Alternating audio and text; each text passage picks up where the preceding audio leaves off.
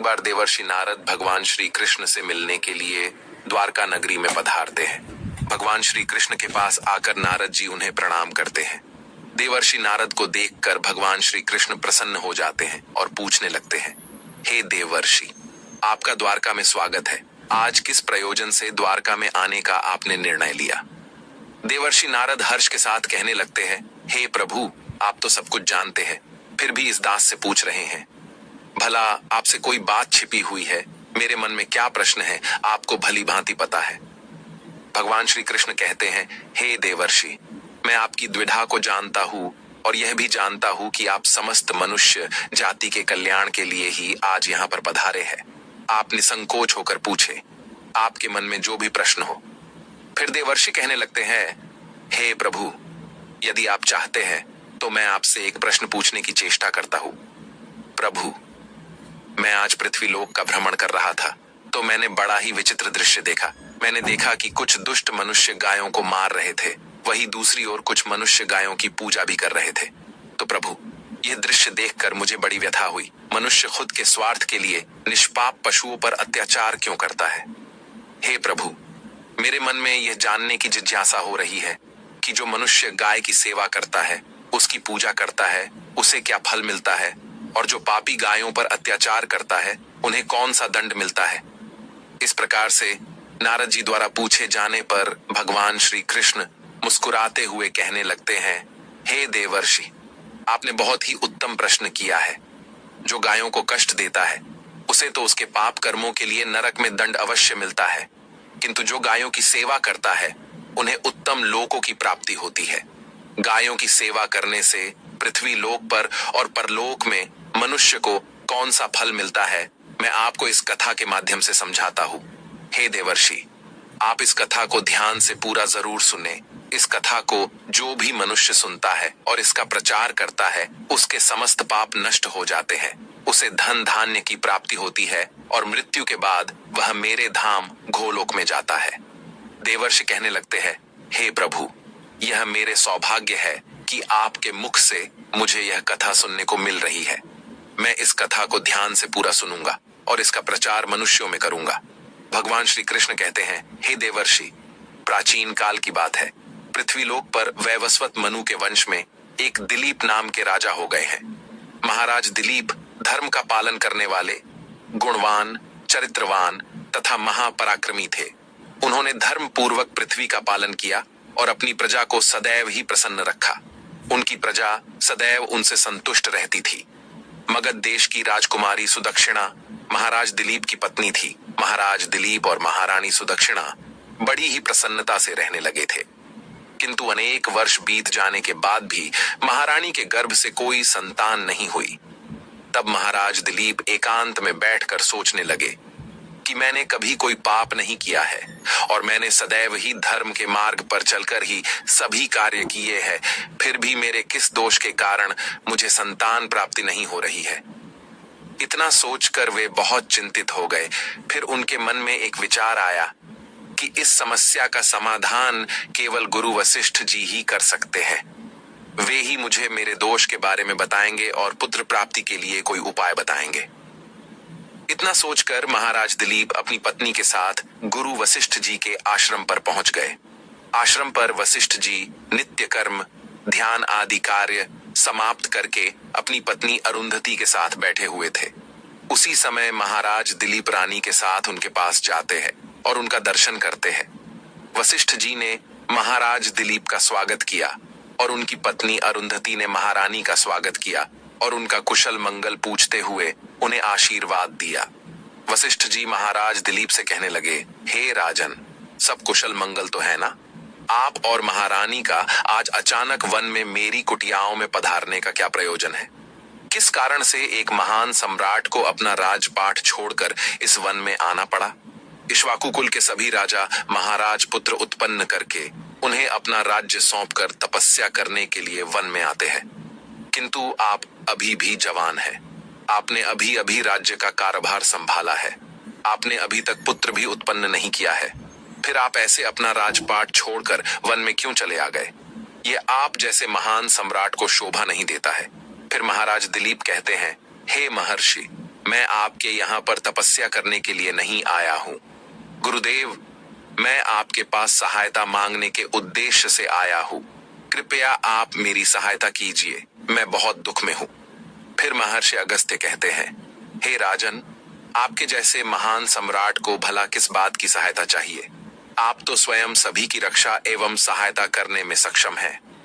महाराज दिलीप कहते हैं, हे गुरुदेव, मैं आपके पास यह जानने के लिए आया हूँ कि किस दोष के कारण मुझे अभी तक पुत्र की प्राप्ति नहीं हुई है। कृपया आप अपनी दिव्य शक्ति से जानकर मुझे मेरा दोष बताइए और उस दोष के निवारण के लिए उपाय भी अवश्य बताइए।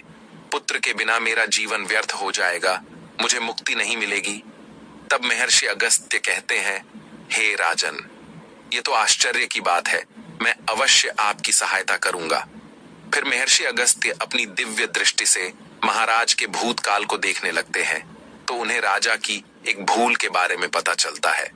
महर्षि अगस्त्य महाराज से कहते हैं, हे राजन, आपसे एक बड़ी भूल हुई है जिसका आपको ज्ञान नहीं है। जब आप इंद्रलोक में देवराज से मिलकर लौट रहे थे, तभी मार्ग में एक कल्प वृक्ष के नीचे खड़ी गाय और उसके बछड़े को आपने दुर्लक्ष्य कर दिया था।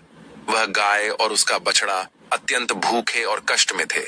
आपने उस कामधेनु गाय को ना भोजन कराया और ना ही उसे नमस्कार किया।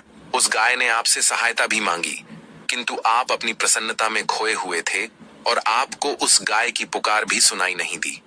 आपकी कृतज्ञता को देखकर वह गाय अत्यंत दुखी हुई और उसने आपको श्राप दे दिया है।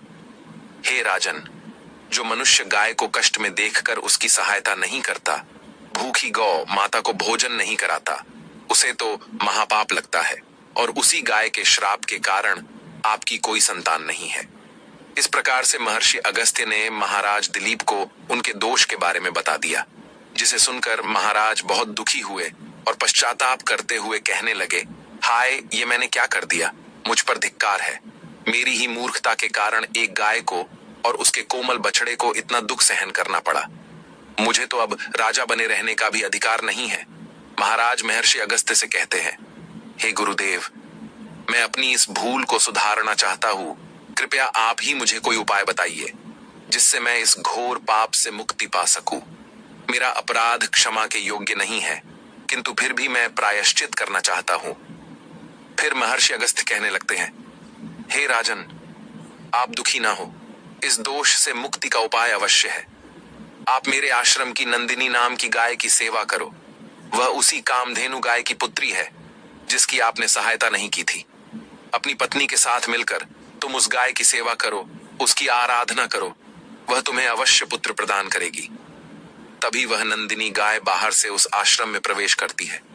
उस गाय को आता देखकर महर्षि अगस्त्य बोले, हे राजन, देखिए, केवल स्मरण करने मात्र से ही कल्याण करने वाली यह नंदिनी गाय स्वयं चलकर आई है।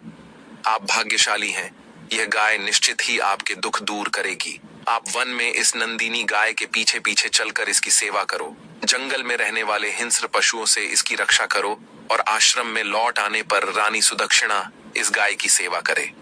इससे प्रसन्न होकर यह गाय तुम्हें निश्चित ही पुत्र प्रदान करेगी। फिर महाराज दिलीप ने ऐसा ही करने का वचन दिया और फिर दूसरे दिन सुबह महारानी ने गाय की पूजा की और महाराज उस गाय को चराने के लिए वन में लेकर गए। जब वह गाय चलने लगती तो महाराज उसके पीछे पीछे चलते, इधर उधर से हरी हरी घास लाकर उस गाय को खिलाने लगते। जब वह गाय किसी वृक्ष के नीचे बैठती तो महाराज भी उसके साथ बैठकर विश्राम करते। महाराज उस गाय के शरीर से डांस और मच्छरों को हटाते और अपने हाथों से उसके मस्तक को सहलाते। इस प्रकार से महाराज उस गाय की सेवा में लगे रहे। जब शाम हुई तो महाराज उस गाय के साथ आश्रम में लौट आए। आश्रम में पहुंचते ही उस गाय ने अपने खुरों से महाराज पर धूल उड़ाई, जिससे महाराज का शरीर पवित्र हो गया और उसके सभी पाप नष्ट हो गए। फिर महारानी सुदक्षिणा ने आगे आकर नंदिनी की अगवानी की और विधि पूर्वक उस गाय का पूजन किया तथा बारंबार उसके चरणों में मस्तक झुकाया। फिर उस गाय की प्रदक्षिणा करके हाथ जोड़कर वह उसके आगे खड़ी हो गई। फिर उस गाय ने उस रानी की पूजा को स्वीकार किया और रानी पर अपनी दृष्टि डालकर उसके सभी दोष समाप्त कर दिए। गाय की दृष्टि पड़ते ही रानी अत्यंत पवित्र हो गई। इस प्रकार से महाराज दिलीप को उस नंदिनी गाय की सेवा करते हुए 20 दिन बीत गए। फिर 21वें दिन महाराज जब गाय को लेकर वन चले गए तो वह गाय चरते चरते हिमालय पर्वत पर चली गई और महाराज भी उसके पीछे पीछे चले गए। वहां उस पर्वत पर खड़े होकर महाराज उस हिमालय पर्वत की सुंदरता को निहार रहे थे। इतने में ही एक शेर ने आकर उस नंदिनी गाय को बलपूर्वक दबोच लिया। राजा को उस शेर के आने की आहट तक नहीं हुई। उस शेर के चंगुल में फंसी नंदिनी ने दयनीय स्वर से बड़े जोर से चीत्कार किया, हे महाराज मेरी रक्षा करो, हे महाराज मेरी रक्षा करो। जैसे ही महाराज ने उस गाय की पुकार सुनी तो उन्होंने देखा कि एक भयंकर शेर ने उस गाय को दबोच लिया है और उस गाय की आंखों से आंसुओं की धारा बह रही है, जिसे देखकर महाराज व्यथित हो उठे और उन्होंने तुरंत ही अपना बाण निकाला और धनुष की डोरी पर रखा और उस शेर को मारने के लिए प्रत्यंचा खींची। उसी समय उस शेर ने महाराज की तरफ देखा। उस शेर की दृष्टि पड़ते ही महाराज का शरीर स्तब्ध हो गया, उनकी शक्ति क्षीण हो गई, उनका सारा बल नष्ट हो गया। अब उनके अंदर उस बाण को छोड़ने की भी शक्ति नहीं रही। फिर वह शेर उस महाराज से बोलने लगा, हे राजन, मेरे ऊपर प्रहार करना तुम्हारे बस की बात नहीं है, क्योंकि भगवान शिव मेरी ही पीठ पर पैर रखकर नंदी पर बैठते हैं। इसीलिए तुम मुझे मारने की चेष्टा मत करो और यहां से लौट जाओ। विधाता ने इस गाय को आज मेरा ग्रास नियुक्त किया है, इसीलिए तुम इसमें दखल मत दो। मैं जानता हूं तुम सूर्य वंश में जन्मे हुए राजा दिलीप हो। इस हिमालय पर्वत पर भगवान शिव की बड़ी माया फैली हुई है, इसीलिए तुम तुरंत ही यहां से निकल जाओ। फिर महाराज बोलने लगे, हे मृगराज, कृपया आप इस गाय को ना मारे। यह महर्षि वशिष्ठ जी की संपूर्ण मनोरथों को पूर्ण करने वाली नंदिनी गाय है। इसकी हत्या करने पर तुम्हें महापाप लगेगा। गुरुदेव ने मुझे इस गाय की रक्षा और सेवा करने का आदेश दिया है। इस गाय का एक बछड़ा भी है जो घर पर इसकी राह देख रहा है। मैं इस गाय को मरने के लिए छोड़कर नहीं जा सकता। तुम भगवान शिव के सेवक हो, इसीलिए तुम्हारे हाथ से इस गाय को छुड़ाना मेरे लिए असंभव है। इसीलिए हे मृगराज, मेरी आपसे विनती है कि आप इस गाय को जीवन दान दो। इस गाय के बदले में मैं तुम्हें अपना शरीर समर्पित करता हूँ, जिससे तुम्हारी भूख भी शांत हो जाएगी और इस गाय की रक्षा भी हो जाएगी और मेरे वचन का पालन भी हो जाएगा। साथ ही गौ रक्षा के लिए प्राण त्यागने से मुझे उत्तम गति की प्राप्ति होगी। इतना कहकर महाराज उस शेर के सामने हाथ जोड़कर बैठ गए और आंखें बंद की। फिर अचानक से उस राजा के कानों में स्वर पड़े, बेटा उठो, मैं तुम्हारी सेवा से अत्यंत प्रसन्न हूँ। ये सुनकर महाराज उठ खड़े हुए और उन्होंने अपने सामने उस गाय को देखा और वह शेर कहीं दिखाई नहीं दे रहा था। तब वह नंदिनी गाय राजा दिलीप से कहने लगी, हे राजन, मैंने ही अपनी माया से शेर का रूप धारण करके तुम्हारी परीक्षा ली है। यमराज भी मुझे पकड़ने का विचार नहीं कर सकते। मेरी रक्षा के लिए तुम अपने प्राण देने के लिए तैयार थे, इसीलिए मैं तुम पर बहुत प्रसन्न हूं। अब तुम मुझे वरदान मांगो, जो तुम्हारी मनोकामना है वह कहो, मैं अवश्य पूर्ण करूंगी। महाराज दिलीप कहते हैं, हे गौ माता, मेरे मन में जो इच्छा है आप वह अवश्य जानती होंगी। कृपया मुझे पुत्र प्रदान कीजिए, मेरी यही कामना है। फिर उस नंदिनी गाय ने कहा, हे बेटा, तुम पत्ते के द्रोण में मेरा दूध लेकर उसका पान करो। इससे तुम्हें अत्यंत बुद्धिमान और गुणवान पुत्र की प्राप्ति होगी। महाराज दिलीप कहने लगे, हे माता, इस समय पर मैं आपके मधुर वचन सुनकर ही तृप्त हो चुका हूँ। अब आप मेरे साथ आश्रम पर चलिए और मैं आपकी पूजा आराधना करके तथा मेरे अनुष्ठान को पूरा करके आपके अमृत समान दूध का पान करता हूँ। उसके बाद महाराज दिलीप उस गाय को लेकर आश्रम चले गए। आश्रम में पहुंचने पर महारानी सुदक्षिणा ने आगे आकर उस गाय का पूजन किया। तब उस गाय ने कहा, हे महारानी, आप मेरी पीठ को स्पर्श करें, इससे आपको अत्यंत गुणवान, बलवान और विद्वान पुत्र की प्राप्ति होगी। फिर महारानी ने गाय की पीठ को स्पर्श किया। महाराज और महारानी ने उस गाय की विधिवत पूजा आराधना की और उनके अमृत के समान दूध को प्रसाद समझकर ग्रहण किया। उन दोनों की प्रसन्नता देखकर महर्षि वशिष्ठ कहने लगे, हे राजन, अब यह गाय तुम दोनों पर प्रसन्न है, तुम्हारी मनोकामना अवश्य पूर्ण होगी। जो भी मनुष्य गाय की सेवा करता है, उसे भोजन कराता है, उसकी प्रदक्षिणा करता है, उसके सभी मनोरथ सफल होते हैं। जो भी गाय की रक्षा करता है, उसकी कभी दुर्गति नहीं होती है। मृत्यु के बाद वह गोलोक में जाता है और भगवान श्री कृष्ण के साक्षात दर्शन करने का सौभाग्य उसे प्राप्त होता है।